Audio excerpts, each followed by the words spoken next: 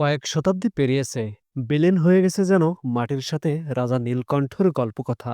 কিন্তু আজও এক অমর স্মৃতি কথা বলে। ইতিহাসের সাক্ষী হয়ে দাঁড়িয়ে আছে কন্যার প্রতি বাবার উপহার। একটি নয়, দুটি নয়, 11টা শিব মন্দির, তাও আবার একই স্থানে। দর্শক, রঙের বাংলা থেকে আপনাদের সবাইকে প্রীতি ও শুভেচ্ছা জানাচ্ছি। আজ আমি এসেছি যশোরের অভয়নগর উপজেলার বাঘুটিয়া ইউনিয়নের অভয়নগর গ্রামে।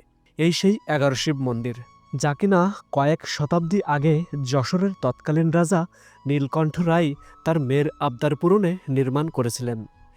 একই স্থানে 11টি শিব মন্দির নির্মাণ হয়েছিল 1745 থেকে 1768 সালের দিকে। ভৈরব নদের তীরে প্রায় 60 একর জায়গা জুড়ে এই মন্দিরগুলো আজও দৃশ্যমান। মন্দিরগুলো প্রাচীন স্থাপত্যের নিদর্শন। রাজা নীলকণ্ঠ রায় মন্দিরগুলো নির্মাণে ব্রিটিশ আমলের চুনসুরকি এবং পাতলা ছোট ছোট ইটের ব্যবহার করেছেন। যশোরের অভয়নগর উপজেলার এই অভয়নগর গ্রামে ভৈরব নদের তীরে অবস্থিত এই প্রাচীন মন্দিরগুলো বাংলাদেশের প্রত্নতাত্ত্বিক স্থাপনা। একই স্থানে 11টি শিব মন্দির বাংলাদেশের আর কোথাও নেই। প্রাচীন আমলে নির্মিত ঐতিহাসিক এ স্থাপনা দেখতে দেশের দূর দূরান্ত থেকে দর্শনার্থীরা এখনও ছুটে আসে। কালের সাক্ষী হয়ে দাঁড়িয়ে থাকা এই শিব মন্দির ঘিরে রয়েছে এক অমর ইতিহাস। রাজা নীলকণ্ঠ রায়ের একমাত্র কন্যার নাম ছিল অভয়া। ভৈরব নদীর তীরে ভাটপাড়ায় ছিল রাজার দুর্গ। সেখানকার আলো বাতাসে বেড়ে ওঠে রাজকন্যা অভয়া।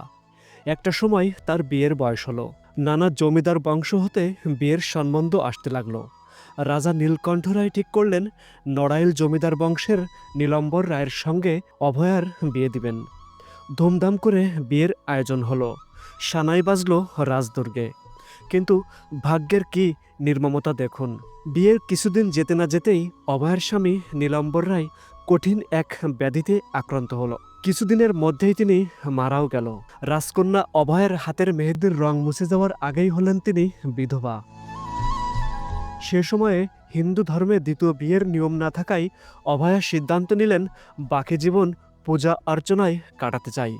অভয়া ছিলেন শৈব অর্থাৎ মহাদেব শিবের উপাসক। অভয়া তার বাবা নীলকণ্ঠ রায়ের কাছে একটি শিব মন্দির বানিয়ে দেওয়ার জন্য বাবা মেয়ের প্রতি আনুগত্য হয়ে নির্মাণ করে দিলেন ছোট বড় 11টি শিব মন্দির। স্থানের নাম রাখা হলো অভয়ানগর, যা কালক্রমে আজকের অভয়নগর। অভয়া সারাদিন এখানে শিবের ভক্তি করতেন। মনের কষ্টে ডুকরে কেঁদে উঠতেন। তার কান্নার শব্দ যেন প্রকৃতিও সহ্য করতে পারত না। এভাবেই দুঃখী রাজকন্যা বাকিটা জীবন পার করেন এখানেই। কথিত আছে আজও নাকি রাতের বেলায় কোনো নারীর কান্নার শব্দ শোনা যায় মন্দিরের ভেতর থেকে। প্রাচীন এই স্থাপনা আপনিও দেখে আসতে পারেন। আজকের মতো বিদায় নিচ্ছি যশোরের অভয়নগর উপজেলার অভয়নগর গ্রাম থেকে। আবারও দেখা হবে নতুন কোনো গল্পে, নতুন কোনো শিরোনামে।